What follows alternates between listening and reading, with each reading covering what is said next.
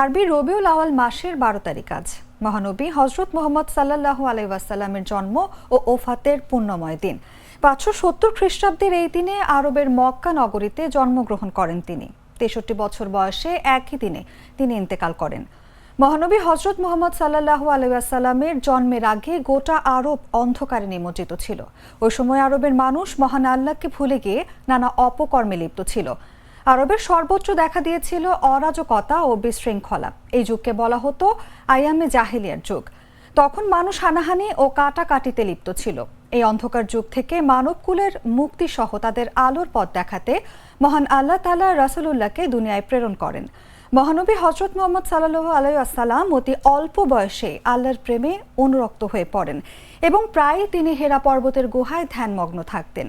ঈদে মিলাদুন্নবী উপলক্ষে সারা দেশে যথাযথ ধর্মীয় মর্যাদা ও ভাব গাম্ভীর্যের সঙ্গে উদযাপিত হচ্ছে দিনটি।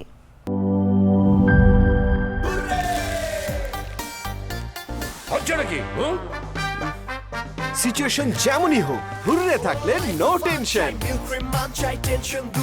মিল্ক ক্রিম আর এক্সাইটিং ফ্রুট ফ্লেভারে তৈরি হুররে ওয়েফারের মাঞ্চি টেস্টে আপনিও বলবেন টেনশন দূরে হয়ে যাক হুররে।